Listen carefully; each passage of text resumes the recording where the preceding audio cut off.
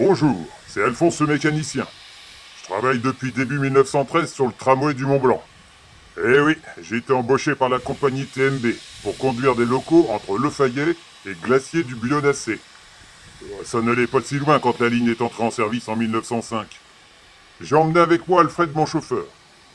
Ma machine, c'est Mademoiselle d'Angeville. Eh oui, il y a 6 locaux qui ont été fabriqués par la Société Suisse de Locomotives et de Machines. Et la numéro 3, elle a son petit nom. Celui de la deuxième femme à venir à bout du Mont Blanc en 1838. Elle est de type 020T, à chaudière inclinée à 10% pour que l'eau soit au bon niveau quand on va grimper. Elle fait 180 chevaux et est équipée pour la crémaillère. On va pousser une voiture à bogie de 55 places. Notre gare de départ, c'est Le Fayet. C'est un hameau de la commune de Saint-Gervais-les-Bains. Il est situé 200 mètres plus bas.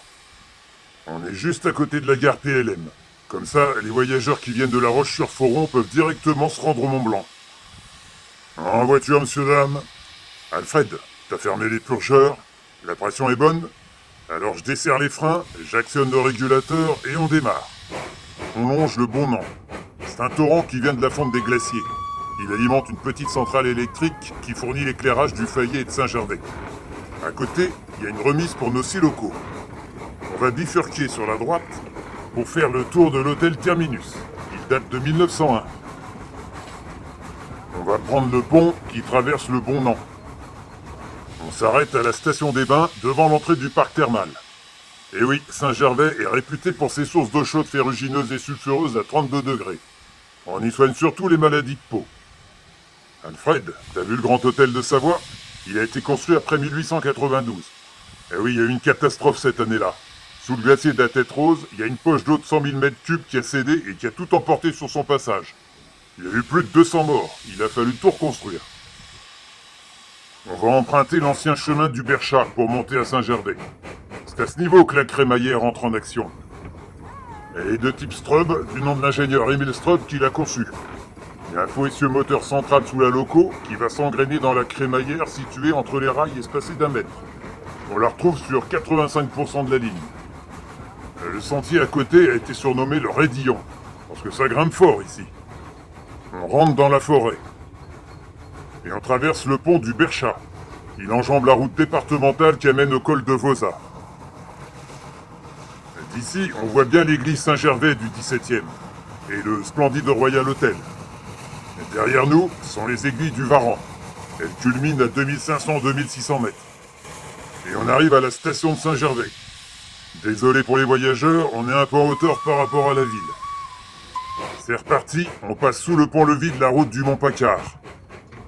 On approche de la station de Motivon. C'est une voie d'évitement. Comme la ligne est à voie unique, ça permet de se croiser ici. On roule sur le flanc du Prarion. Alors on voit d'abord la partie sud du massif du Mont-Blanc, et au fur et à mesure qu'on va avancer, on va découvrir la partie plus au nord. On aperçoit le dôme de Miage. Il culmine à 3673 mètres. Alfred, on va s'arrêter pour les riverains au Mont-Forchet, à la Tête de Chèvre et au Tuf. Ça, c'est le Mont Joli, au sud de Saint-Gervais-les-Bains. Tu sais, Alfred, avant la construction de la ligne, il y a eu un tas de projets plus ou moins farfelus. En 1835, par exemple, un funiculaire pour arriver au sommet du Mont Blanc en passant sous le glacier. Un autre, en 1895. Ligne droite en tunnel sous le Mont Blanc et ascenseur vertical pour arriver au sommet. Même maintenant, ils veulent prolonger la ligne en l'électrifiant jusqu'au sommet du Mont Blanc en passant par l'aiguille du Goûter.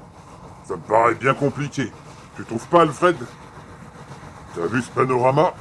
L'aiguille du Goûter à gauche, celle du Bionnassé qui culmine à 4052 mètres à droite, et le glacier entre les deux. En général, les alpinistes qui montent au Mont Blanc passent par le grand couloir jusqu'à l'aiguille du Goûter, ils passent par le dôme et montent au sommet du Mont Blanc. Tout au fond, c'est l'aiguille verte, 4122 mètres. Celle-là, elle fait rêver tous les alpinistes. Son ascension comme sa descente n'est vraiment pas facile où que ce soit. On arrive à la station du col de Vauzat. C'est une crête qui sépare la vallée de Chamonix et celle de Bionnassé.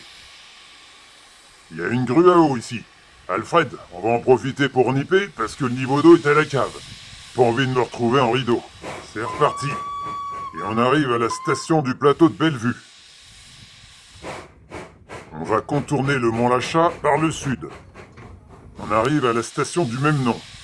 Il y a aussi un évitement ici. T'as vu, Alfred? Il y a des ouvriers qui posent des traverses. En voiture, s'il vous plaît. C'est le dernier tronçon. C'est reparti.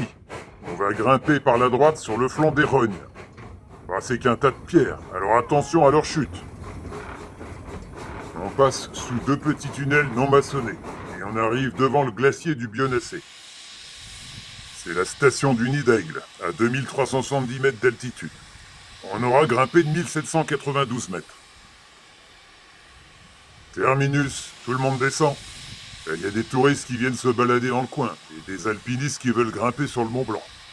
Et voilà, on aura mis 2h20 depuis le Fayet pour rouler sur les 12 km 4 de la ligne. Pas très rapide, Alfred. 7 km/h avec la crémaillère. Nous, on va redescendre sur la vallée. Pour la sécurité, vous inquiétez pas. Il y a 3 dispositifs de freinage sur la loco. Un contre-vapeur, un ruban et un tambour qui agit sur le faux essieu. Il y en a 2 sur la voiture.